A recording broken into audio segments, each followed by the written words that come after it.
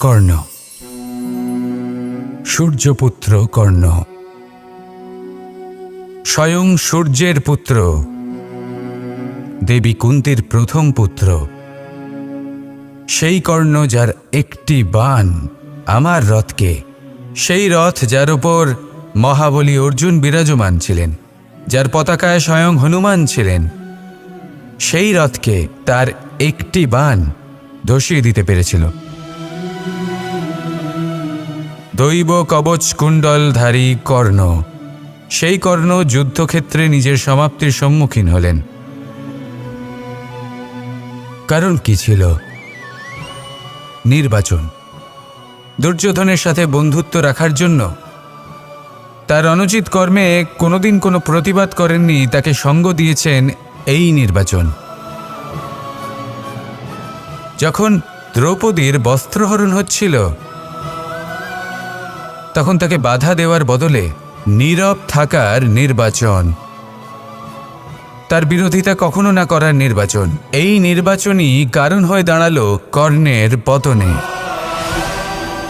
এই সংসারে সবার উপকার আপনি স্বীকার করতে পারেন, তাকে সম্মানও করতে পারেন, কিন্তু তার সামনে এতটাও নত হবেন না যে নিজের অন্তর্মনের কথাটা আপনি শুনতে না পান। নির্বাচন যদি ধর্মসঙ্গত হয় তবেই তা শুভ হয়। আসুন আমার সাথে ভালোবেসে বলুন, রাধা রাধা। মানুষ যখন কোনো শক্তি লাভ করে তখন সে নিজেকে বলশালী মনে করে। শক্তি লাভ করলেই তার মধ্যে অহংকার চলে আসে, অভিমান চলে আসে। তার কারণ হলো সে একটা সহজ কথা বুঝতেই পারে না। এই সব যা হচ্ছে সময়ের জন্য হচ্ছে। সময়ের থেকে বেশি বলশালী আর কেউ নেই। এই সময়ের জন্যই রাবণ ভক্তি দ্বারা কৈলাস পর্বত তুলে নিয়েছিলেন। আবার সেই সময়ের জন্যই, সেই কারণেই রাবণকে বধ হতে হলো।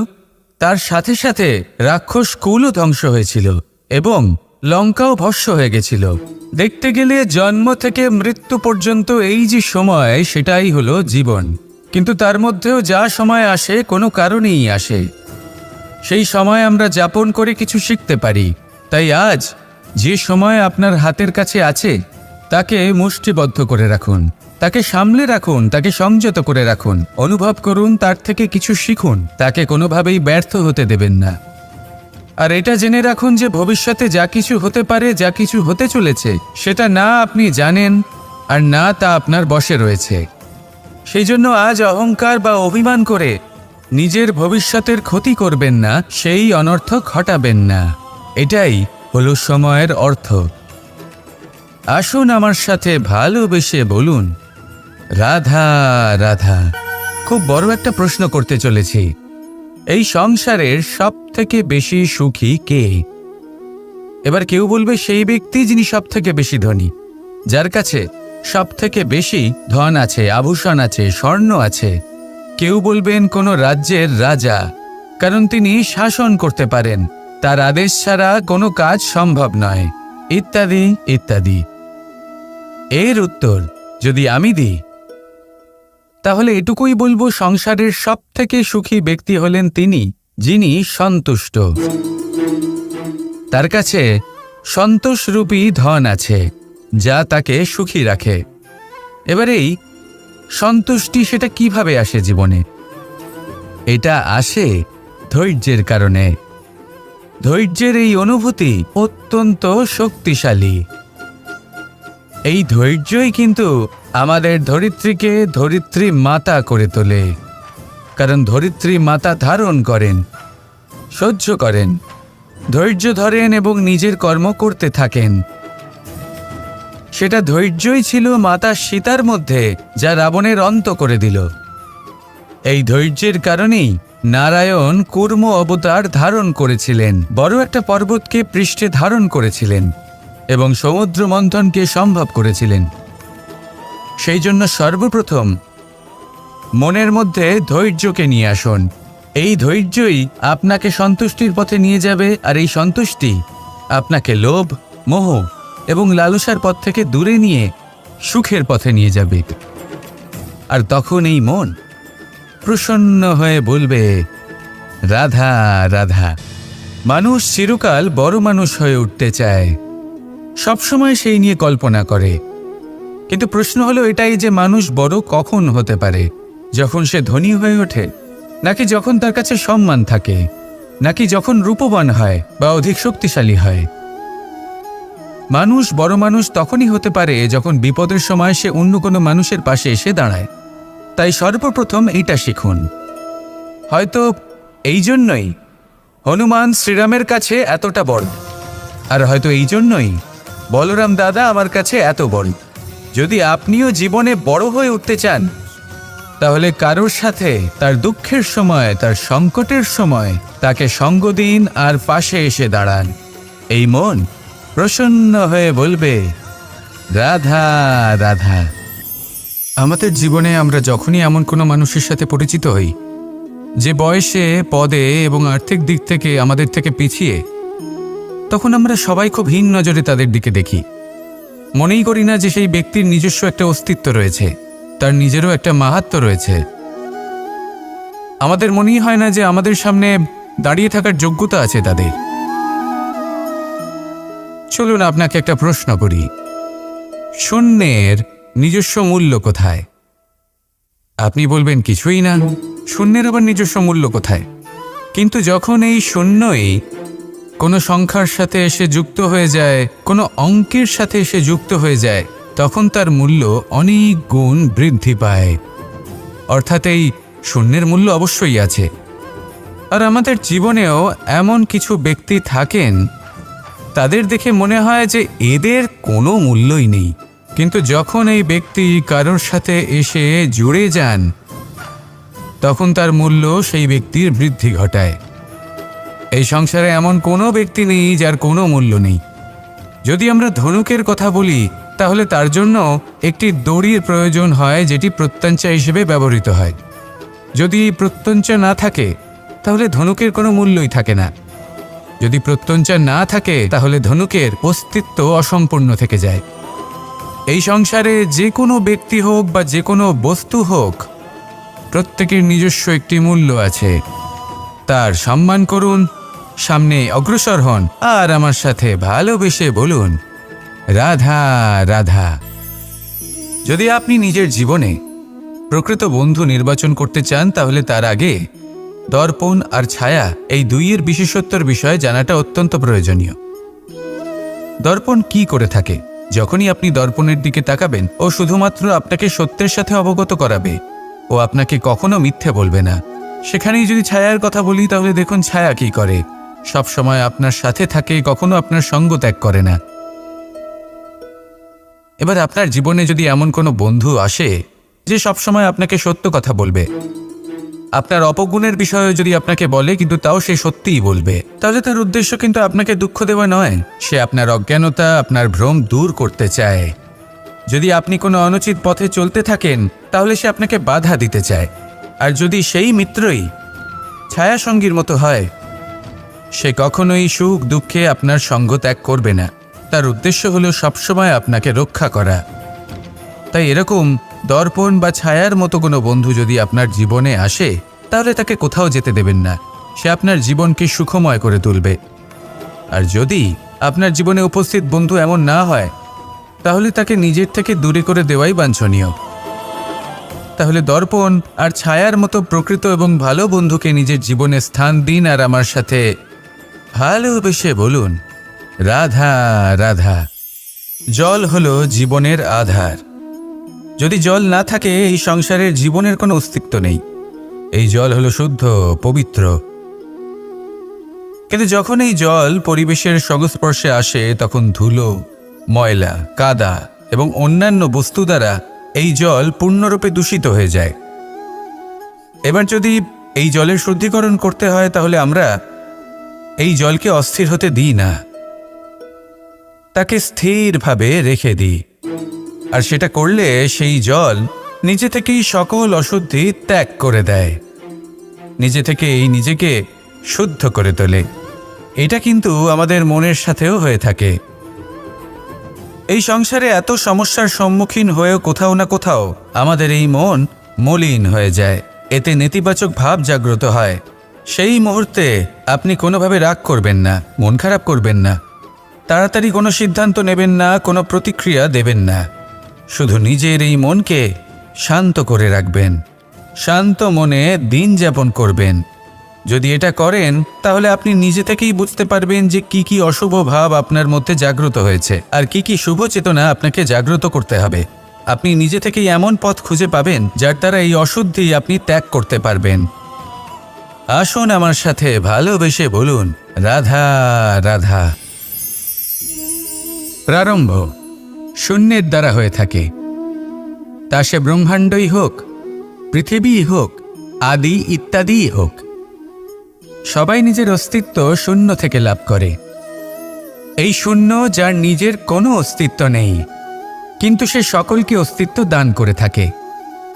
আমাদের এই শূন্যের মতো হতে হবে।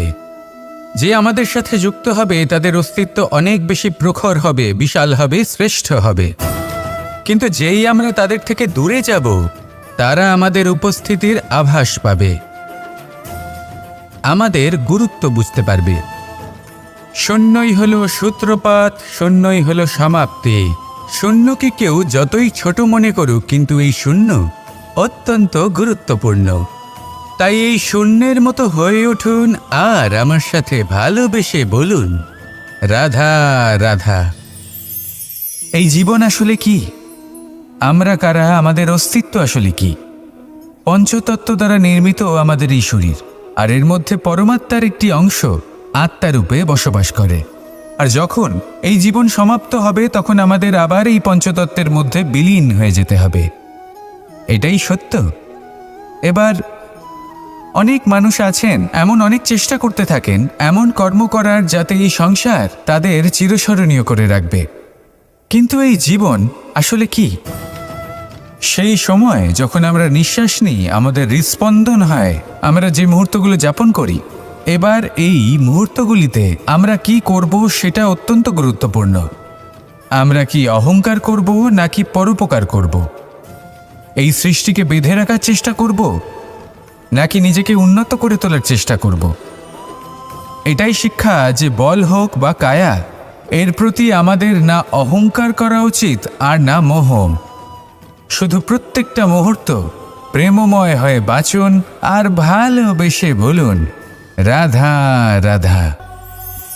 প্রয়াস, পরিশ্রম, এই শব্দগুলি শুনতে হয়তো ছোট মনে হয়, কিন্তু এর মূল্য অনেকটাই অধিক। এবার প্রয়াসও কিন্তু দুই ধরনের হয়। একটা প্রয়াস তাই যা আমরা নিজের মন থেকে, অন্তর থেকে সমগ্র শক্তি দিয়ে করার চেষ্টা করি। এবারে এই প্রয়াস প্রচেষ্টার নামান্তর। কিছু প্রয়াস এমনও হয় যেমন দ্রুতক্রীড়া খেলা। মানুষ বলেন, আজ একটু প্রয়াস করি, একটু দ্রুতক্রীড়া খেলেই দেখি, যদি বিজয়ী হই তবে ভালো ব্যাপার, যদি না হই তবে আর কখনো খেলব না। এটাও কিন্তু প্রয়াস, কিন্তু এই প্রয়াস পরিশ্রম নয়। পাণ্ডবদের দেখুন, ওনারা যখন পরিশ্রম করেছিলেন তখন খাণ্ডবপ্রস্থকেও ইন্দ্রপ্রস্থ বানিয়েছিলেন। দ্রুতক্রীড়া খেললেন, সেই মুহূর্তেই ইন্দ্রপ্রস্থ হারিয়ে ফেললেন। পরিশ্রম করলেন, সগৌরবের রাজা হলেন। দ্রুতক্রীড়া খেললেন, তখন এক মুহূর্তে রাজা থেকে নিঃস্ব হয়ে গেলেন। সারমর্ম এটাই যে দ্রুতক্রীড়া কখনো কখনো আপনার মিত্র হতে পারে, কখনো সে আপনাকে বিজয়ী করতে পারে, কিন্তু প্রয়াস এবং পরিশ্রম যখন একসাথে মিলিত হয় তখন তা সর্বদাই আপনার সাথে থাকে। প্রয়াস করতে থাকুন, পরিশ্রম করতে থাকুন, আর আমার সাথে ভালোবেসে বলুন, রাধা রাধা। আমি এইভাবে প্রত্যেক দিন নিজের সাথে কিছুটা সময় অতিবাহিত করি, সুচিন্তা করি, কারণ আমি এটা মনে করি যে আমার প্রতিদ্বন্দ্বী অন্য কেউ নয়, বরং আমি নিজেই। আর আমি চেষ্টা করি যে আমি যেন নিজেকে নিজের থেকে বেশি শ্রেষ্ঠ করে তুলতে পারি। তাই প্রতিদিন আমি আকলন করি নিজের কর্মের, যে কাল আমি কি উচিত করেছি, কি অনুচিত করেছি, যে ভুল আমি করেছি তা আজকে কি করে শুধরে নিতে পারি। যে শ্রেষ্ঠ কর্ম আমি কাল করেছি, আজও সেই শ্রেষ্ঠ কর্ম আমাকে করতে হবে। শুধু এই প্রক্রিয়াতেই আমি নিজেকে শ্রেষ্ঠ ব্যক্তি, শ্রেষ্ঠ রাজা, একজন শ্রেষ্ঠ পিতা, পুত্র করে তুলি। এইভাবেই আমি একজন শ্রেষ্ঠ মানুষ হয়ে উঠি। আপনিও এই কথা মনে রাখবেন যে আপনার প্রতিস্পর্ধা অন্য কারোর সাথে নয়, বরং নিজের সাথে। তাই নিজের কর্মের আকলন করুন, নিজের মধ্যে যে দোষ আছে তা ত্যাগ করুন, নিজেকে শুধরে ফেলুন। এই মন সবসময় সুপ্রসন্ন থাকবে এবং লক্ষ্য প্রাপ্ত করে বলবে, রাধা রাধা। কখনো কোনো পাখিকে দেখেছেন? যখন সে প্রথমবার উঠতে চেষ্টা করে, সে বাসা থেকে মাটিতে পড়ে যায়, কিন্তু সে হার মানে না, চেষ্টা করতে থাকে, করতেই থাকে, ডানা ঝাপটাতে থাকে, আর তারপর সে উড়তে শেখে। গোল শালগ্রাম শিলাকে দেখুন, পর্বত থেকে খসে পড়ে, ধাক্কা খায়, জলের প্রবাহ দ্বারা ঘর্ষিত হয়, তারপরে তা শালগ্রামে পরিণত হয়। ভেবে দেখুন, যদি কোনো পাখি প্রথমবার উড়তে গিয়ে এটা ভাবে যে না না, যদি আমি পড়ে যাই তবে, আমার যদি আঘাত লাগে তবে, আর যদি ভয়ের কারণে সে শুরুই না করতে পারে, চেষ্টাই না করে, তাহলে কি সে উড়তে শিখবে? কখনোই নয়। এটাই আমাদের শিখতে হবে, প্রারম্ভ করতে হবে। তা অত্যন্ত গুরুত্বপূর্ণ। যখন আমরা কিছু শুরু করি তখন ভয় করে, কিন্তু যদি এটা না করেন, জীবনে কখনো সামনে এগোতেই পারবেন না। হতেই পারে প্রারম্ভ করার পরে আপনি পড়ে যাবেন, বারবার নিচে পড়ে যাবেন, কিন্তু যদি নিরন্তর চেষ্টা করতে থাকেন, তাহলে একদিন না একদিন আপনি অবশ্যই সফল হবেন। এই শুরু করাটাই সব থেকে বেশি কঠিন। এর দ্বারা ভয়ভীত হবেন না। আসুন আর আমার সাথে ভালোবেসে বলুন, রাধা রাধা। এই সংসারে নির্মাণের বিষয়ে জ্ঞান লাভ করার পূর্বে ধ্বংসের বিজ্ঞান বুঝে নেওয়াও খুব প্রয়োজনীয়। যখনই আমরা ব্যায়াম করি তখন কি হয়? আমাদের পুরনো মাংসপেশি নষ্ট হয়ে যায় এবং সেই মাংসপেশির স্থানে আমরা নতুন মাংসপেশির নির্মাণ করে থাকি। যেমন একটা নতুন ইমারত গড়ে তোলবার পূর্বে পুরাতন ইমারতকে ভঙ্গ করে দিতে হয়, তবেই তো সেই স্থান সজীব হবে, ঠিক কিনা? এবারে জ্ঞান এবং বিজ্ঞান ছাড়াও এমন কিছু আছে যা কিনা অত্যন্ত গুরুত্বপূর্ণ। তা হলো সীমা পার করে যাওয়া। এই যে সীমা, এই যে নিয়ম, তা মানুষের জন্যই বানানো, তাকে নিয়ন্ত্রণ করার জন্য তৈরি করা হয়েছে। এমন অনেক সীমা, এমন অনেক নিয়ম মানুষের জন্য অত্যন্ত মঙ্গলকারী। কিন্তু কিছু এমন সীমা আছে, কিছু এমন নিয়ম আছে যা মানুষের লঙ্ঘন করে যাওয়া অতি আবশ্যক। যতক্ষণ না এই সীমা লঙ্ঘন করছেন, নিজের নতুন অস্তিত্বকে খুঁজেই পাবেন না, সেই স্থানে পৌঁছতেই পারবেন না যেখানে সংসার তাকে চিরস্মরণীয় করে রাখবে। সেই জন্য জীবনে যাই করবেন, সীমা অতিক্রম করে যান। যদি পরিশ্রম করেন, তাহলে সীমা অতিক্রম করে পরিশ্রম করুন। যদি লক্ষ্যের দিকে অগ্রসর হন, তাহলে সীমা অতিক্রম করে অগ্রসর হন। কোনো সীমারেখা যাতে না থাকে, সেই সর্বোচ্চ স্থান দেখুন এবং অগ্রসর হন। এই সংসারে অগ্রসর হওয়ার জন্য এই সীমারেখা বুঝে নেওয়া এবং তা অতিক্রম করার জ্ঞান লাভ করা প্রয়োজনীয়। আসুন আমার সাথে ভালোবেসে বলুন, রাধা রাধা। জ্যোতিষ একটা বিদ্যা, এ হলো একটা বিজ্ঞান। যে নক্ষত্র দশায় আপনি জন্মগ্রহণ করেছেন, যে স্থানে আপনার জন্ম হয়েছে, এগুলো আপনার জীবনের দিশা স্থির করার ক্ষেত্রে গুরুত্বপূর্ণ ভূমিকা পালন করে। কিন্তু যে রাশিতে আপনি জন্ম নিয়েছেন আর আপনার যা নাম স্থির হয়েছে, সেটা আপনার ভবিষ্যৎ নির্ধারণ করবে তা আবশ্যক নয়। রা দিয়ে রাম এবং রা দিয়ে রাবণ, এই দুজনের রাশি সমান ছিল, কিন্তু একজন নিজের শক্তির দুর্ব্যবহার করলেন। স্বর্ণ লঙ্কার অধিপতি রাবণ, চতুর্দিকে বিজয়ী হওয়া সেই ব্যক্তি নিজের পতনের সম্মুখীন হলেন। শ্রীরাম রাবণকে বধ করলেন। শ্রীরাম, যিনি নিজের কর্ম দ্বারা, নিজের পরিশ্রম দ্বারা ঈশ্বর উপাধি লাভ করেছিলেন, 14 বছরের বনবাস ভোগ করলেন, আর যখন বিপদে পড়লেন তখনও নিজের রাজ্যের সাহায্য নিলেন না। বনের মধ্যে নিজে বানর এবং ভাল্লুকদের নিয়ে একটি সেনাবাহিনী গড়ে তুললেন এবং রাবণকে তার কুকর্মের শাস্তি দিলেন। তাই সর্বদা এটা মনে রাখবেন, আপনার খ্যাতি, আপনার ভবিষ্যৎ আপনার কর্ম নির্ধারণ করে, আপনার রাশি নয়। তাই সবসময় শ্রেষ্ঠ কর্ম করুন আর আমার সাথে ভালোবেসে বলুন, রাধা রাধা। প্রজাপতি দেখেছেন? কি সুন্দর হয় তাই না এই প্রজাপতি?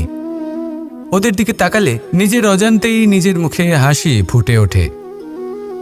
কিন্তু এই প্রজাপতি জন্ম থেকেই এমন দেখতে হয় না। জন্ম থেকে এদের কাছে ডানা থাকে না, এরা উড়তেও পারে না।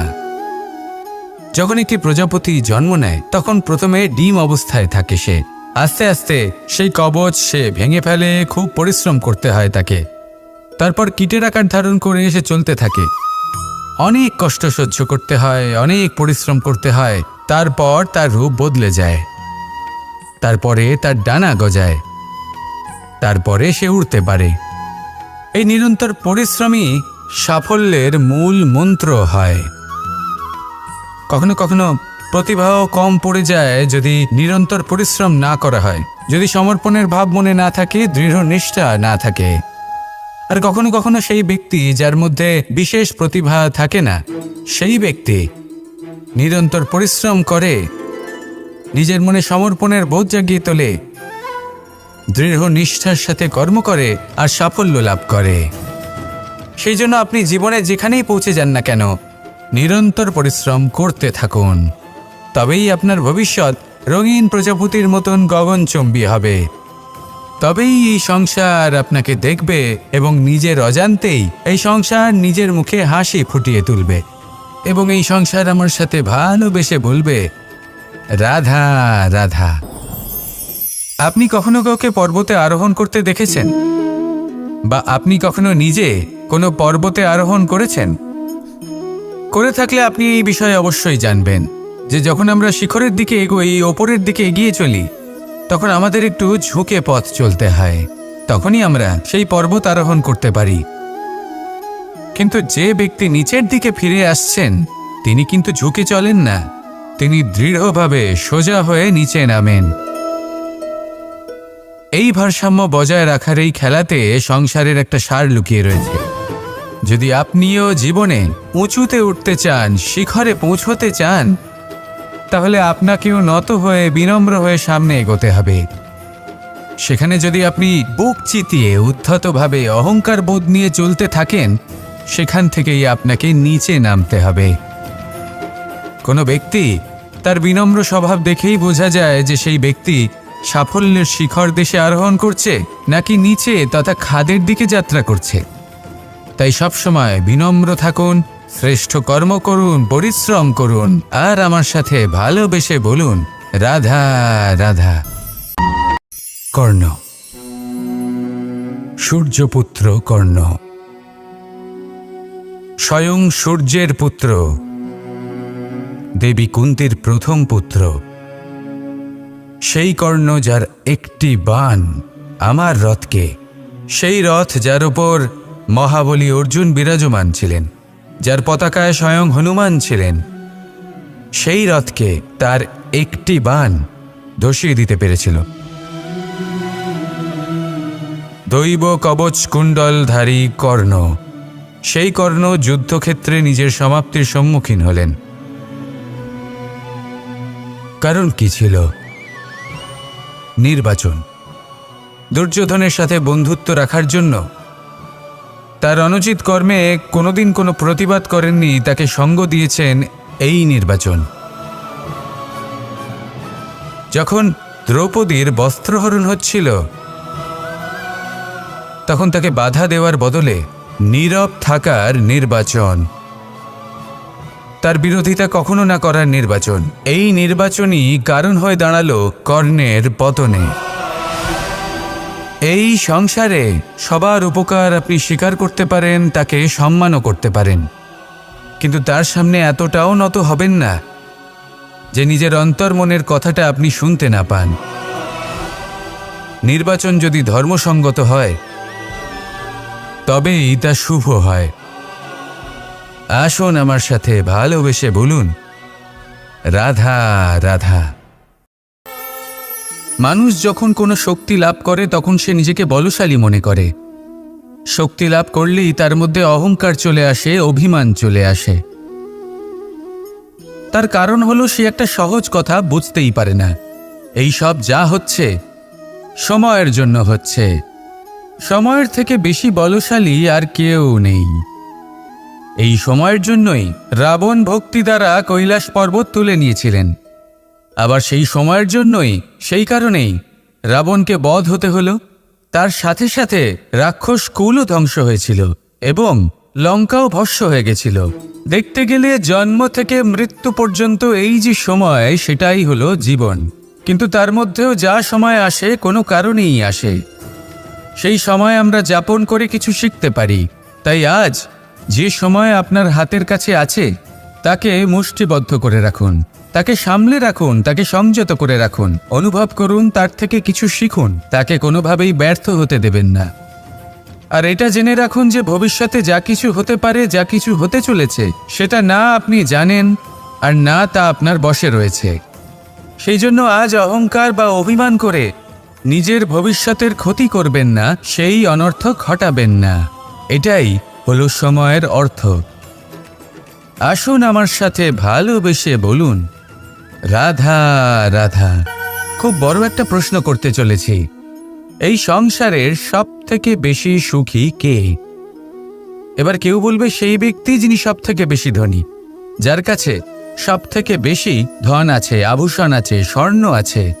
কেউ বলবেন কোনো রাজ্যের রাজা, কারণ তিনি শাসন করতে পারেন, তার আদেশ ছাড়া কোনো কাজ সম্ভব নয়, ইত্যাদি ইত্যাদি। এর উত্তর যদি আমি দিই তাহলে এটুকুই বলবো, সংসারের সব থেকে সুখী ব্যক্তি হলেন তিনি যিনি সন্তুষ্ট। তার কাছে সন্তোষরূপী ধন আছে যা তাকে সুখী রাখে। এবার এই সন্তুষ্টি সেটা কিভাবে আসে জীবনে? এটা আসে ধৈর্যের কারণে। ধৈর্যের এই অনুভূতি অত্যন্ত শক্তিশালী। এই ধৈর্যই কিন্তু আমাদের ধরিত্রীকে ধরিত্রী মাতা করে তোলে, কারণ ধরিত্রী মাতা ধারণ করেন, সহ্য করেন, ধৈর্য ধরেন এবং নিজের কর্ম করতে থাকেন। সেটা ধৈর্যই ছিল মাতা সীতার মধ্যে, যা রাবণের অন্ত করে দিল। এই ধৈর্যের কারণেই নারায়ণ কুর্ম অবতার ধারণ করেছিলেন, বড় একটা পর্বতকে পৃষ্ঠে ধারণ করেছিলেন এবং সমুদ্র মন্থনকে সম্ভব করেছিলেন। সেই জন্য সর্বপ্রথম মনের মধ্যে ধৈর্যকে নিয়ে আসুন। এই ধৈর্যই আপনাকে সন্তুষ্টির পথে নিয়ে যাবে, আর এই সন্তুষ্টি আপনাকে লোভ, মোহ এবং লালসার পথ থেকে দূরে নিয়ে সুখের পথে নিয়ে যাবে। আর তখন এই মন প্রসন্ন হয়ে বলবে, রাধা রাধা। মানুষ চিরকাল বড় মানুষ হয়ে উঠতে চায়, সবসময় সেই নিয়ে কল্পনা করে। কিন্তু প্রশ্ন হলো এটাই যে মানুষ বড় কখন হতে পারে? যখন সে ধনী হয়ে ওঠে, নাকি যখন তার কাছে সম্মান থাকে, নাকি যখন রূপবান হয় বা অধিক শক্তিশালী হয়? মানুষ বড় মানুষ তখনই হতে পারে যখন বিপদের সময় সে অন্য কোনো মানুষের পাশে এসে দাঁড়ায়। তাই সর্বপ্রথম এইটা শিখুন। হয়তো এই জন্যই হনুমান শ্রীরামের কাছে এতটা বড়, আর হয়তো এই জন্যই বলরাম দাদা আমার কাছে এত বড়। যদি আপনিও জীবনে বড় হয়ে উঠতে চান, তাহলে কারোর সাথে তার দুঃখের সময়, তার সংকটের সময় তাকে সঙ্গ দিন আর পাশে এসে দাঁড়ান। এই মন প্রসন্ন হয়ে বলবে, রাধা রাধা। আমাদের জীবনে আমরা যখনই এমন কোনো মানুষের সাথে পরিচিত হই যে বয়সে, পদে এবং আর্থিক দিক থেকে আমাদের থেকে পিছিয়ে, তখন আমরা সবাই খুব হীন নজরে তাদের দিকে দেখি। মনেই করি না যে সেই ব্যক্তির নিজস্ব একটা অস্তিত্ব রয়েছে, তার নিজেরও একটা মাহাত্ম্য রয়েছে। আমাদের মনেই হয় না যে আমাদের সামনে দাঁড়িয়ে থাকার যোগ্যতা আছে তাদের। চলুন আপনাকে একটা প্রশ্ন করি, শূন্যের নিজস্ব মূল্য কোথায়? আপনি বলবেন কিছুই না। শূন্যের আবার নিজস্ব মূল্য কোথায়? কিন্তু যখন এই শূন্যই কোনো সংখ্যার সাথে এসে যুক্ত হয়ে যায়, কোনো অঙ্কের সাথে এসে যুক্ত হয়ে যায়, তখন তার মূল্য অনেক গুণ বৃদ্ধি পায়। অর্থাৎ এই শূন্যের মূল্য অবশ্যই আছে। আর আমাদের জীবনেও এমন কিছু ব্যক্তি থাকেন, তাদের দেখে মনে হয় যে এদের কোনো মূল্যই নেই, কিন্তু যখন এই ব্যক্তি কারোর সাথে এসে জুড়ে যান, তখন তার মূল্য সেই ব্যক্তির বৃদ্ধি ঘটায়। এই সংসারে এমন কোনো ব্যক্তি নেই যার কোনো মূল্য নেই। যদি আমরা ধনুকের কথা বলি, তাহলে তার জন্য একটি দড়ির প্রয়োজন হয়, যেটি প্রত্যঞ্চা হিসেবে ব্যবহৃত হয়। যদি এই প্রত্যঞ্চা না থাকে, তাহলে ধনুকের কোনো মূল্যই থাকে না। যদি প্রত্যঞ্চা না থাকে, তাহলে ধনুকের অস্তিত্ব অসম্পূর্ণ থেকে যায়। এই সংসারে যে কোনো ব্যক্তি হোক বা যে কোনো বস্তু হোক, প্রত্যেকের নিজস্ব একটি মূল্য আছে। তার সম্মান করুন, সামনে অগ্রসর হন, আর আমার সাথে ভালোবেসে বলুন, রাধা রাধা। যদি আপনি নিজের জীবনে প্রকৃত বন্ধু নির্বাচন করতে চান, তাহলে তার আগে দর্পণ আর ছায়া এই দুইয়ের বিশেষত্বর বিষয়ে জানাটা অত্যন্ত প্রয়োজনীয়। দর্পণ কি করে থাকে?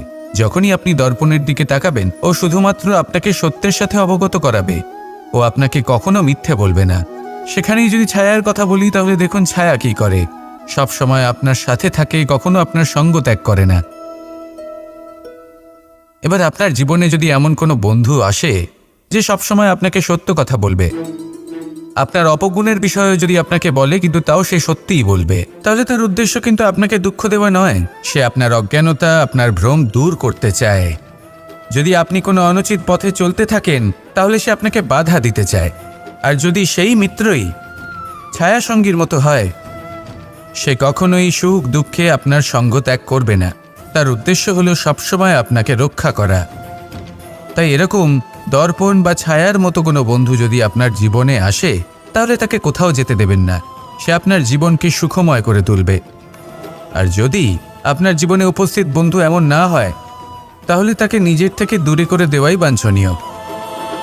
তাহলে দর্পণ আর ছায়ার মতো প্রকৃত এবং ভালো বন্ধুকে নিজের জীবনে স্থান দিন, আর আমার সাথে ভালোবেসে বলুন, রাধা রাধা। জল হলো জীবনের আধার। যদি জল না থাকে, এই সংসারের জীবনের কোনো অস্তিত্ব নেই। এই জল হলো শুদ্ধ, পবিত্র। কিন্তু যখন এই জল পরিবেশের সংস্পর্শে আসে, তখন ধুলো, ময়লা, কাদা এবং অন্যান্য বস্তু দ্বারা এই জল পূর্ণরূপে দূষিত হয়ে যায়। এবার যদি এই জলের শুদ্ধিকরণ করতে হয়, তাহলে আমরা এই জলকে অস্থির হতে দিই না, তাকে স্থিরভাবে রেখে দিই। আর সেটা করলে সেই জল নিজে থেকেই সকল অশুদ্ধি ত্যাগ করে দেয়, নিজে থেকেই নিজেকে শুদ্ধ করে তোলে। এটা কিন্তু আমাদের মনের সাথেও হয়ে থাকে। এই সংসারে এত সমস্যার সম্মুখীন হয়েও কোথাও না কোথাও আমাদের এই মন মলিন হয়ে যায়। এতে নেতিবাচক ভাব জাগ্রত হয়। সেই মুহূর্তে আপনি কোনোভাবে রাগ করবেন না, মন খারাপ করবেন না, তাড়াতাড়ি কোনো সিদ্ধান্ত নেবেন না, কোনো প্রতিক্রিয়া দেবেন না। শুধু নিজের এই মনকে শান্ত করে রাখবেন, শান্ত মনে দিন যাপন করবেন। যদি এটা করেন, তাহলে আপনি নিজে থেকেই বুঝতে পারবেন যে কি কি অশুভ ভাব আপনার মধ্যে জাগ্রত হয়েছে আর কি কি শুভ চেতনা আপনাকে জাগ্রত করতে হবে। আপনি নিজে থেকেই এমন পথ খুঁজে পাবেন যার দ্বারা এই অশুদ্ধি আপনি ত্যাগ করতে পারবেন। আসুন আমার সাথে ভালোবেসে বলুন, রাধা রাধা। প্রারম্ভ শূন্যের দ্বারা হয়ে থাকে, তা সে ব্রহ্মাণ্ডই হোক, পৃথিবীই হোক, আদি ইত্যাদিই হোক। সবাই নিজের অস্তিত্ব শূন্য থেকে লাভ করে। এই শূন্য যার নিজের কোনো অস্তিত্ব নেই, কিন্তু সে সকলকে অস্তিত্ব দান করে থাকে। আমাদের এই শূন্যের মতো হতে হবে। যে আমাদের সাথে যুক্ত হবে, তাদের অস্তিত্ব অনেক বেশি প্রখর হবে, বিশাল হবে, শ্রেষ্ঠ হবে। কিন্তু যেই আমরা তাদের থেকে দূরে যাব, তারা আমাদের উপস্থিতির আভাস পাবে, আমাদের গুরুত্ব বুঝতে পারবে। শূন্যই হলো সূত্রপাত, শূন্যই হলো সমাপ্তি। শূন্যকে কেউ যতই ছোট মনে করুক, কিন্তু এই শূন্য অত্যন্ত গুরুত্বপূর্ণ। তাই এই শূন্যের মতো হয়ে উঠুন আর আমার সাথে ভালোবেসে বলুন, রাধা রাধা।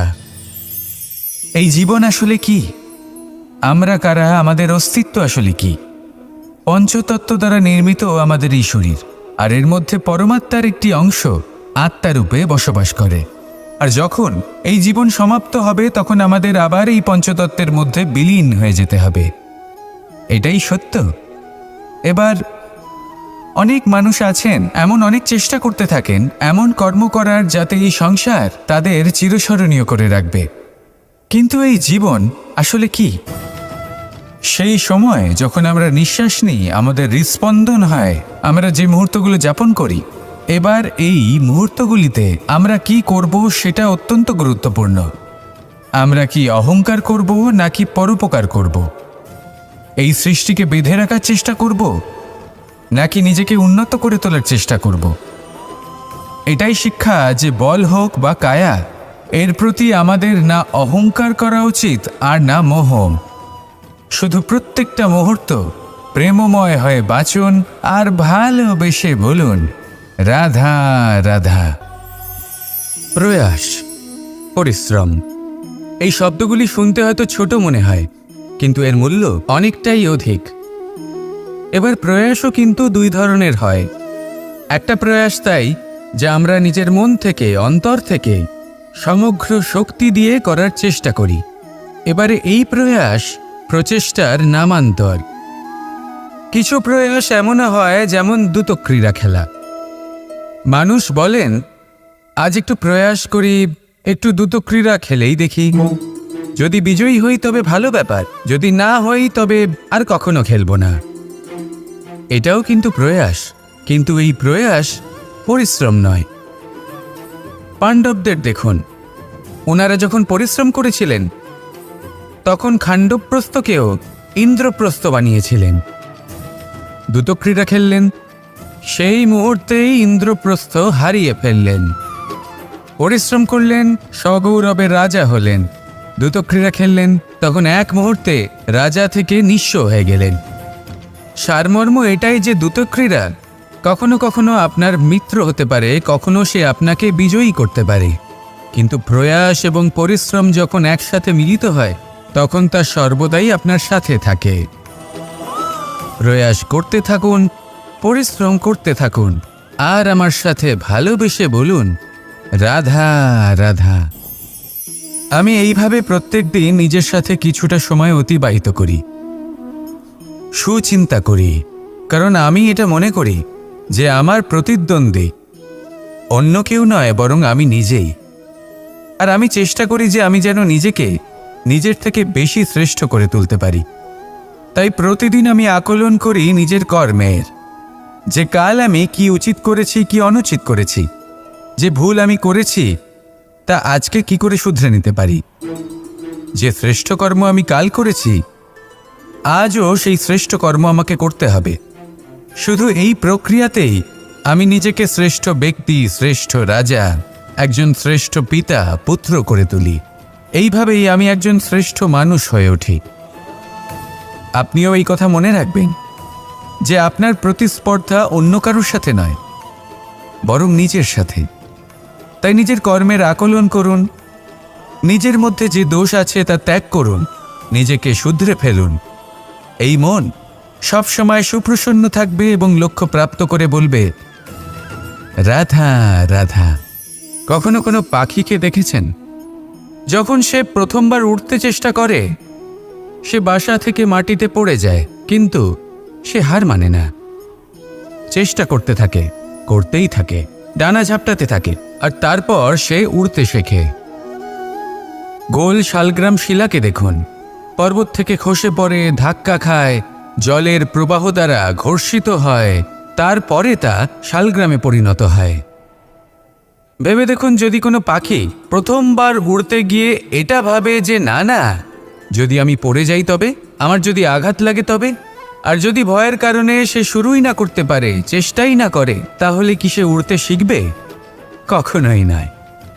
এটাই আমাদের শিখতে হবে, প্রারম্ভ করতে হবে। তা অত্যন্ত গুরুত্বপূর্ণ। যখন আমরা কিছু শুরু করি তখন ভয় করে, কিন্তু যদি এটা না করেন জীবনে কখনো সামনে এগোতেই পারবেন না। হতেই পারে প্রারম্ভ করার পরে আপনি পড়ে যাবেন, বারবার নিচে পড়ে যাবেন, কিন্তু যদি নিরন্তর চেষ্টা করতে থাকেন তাহলে একদিন না একদিন আপনি অবশ্যই সফল হবেন। এই শুরু করাটাই সব থেকে বেশি কঠিন। এর দ্বারা ভয়ভীত হবেন না। আসুন আর আমার সাথে ভালোবেসে বলুন রাধা রাধা।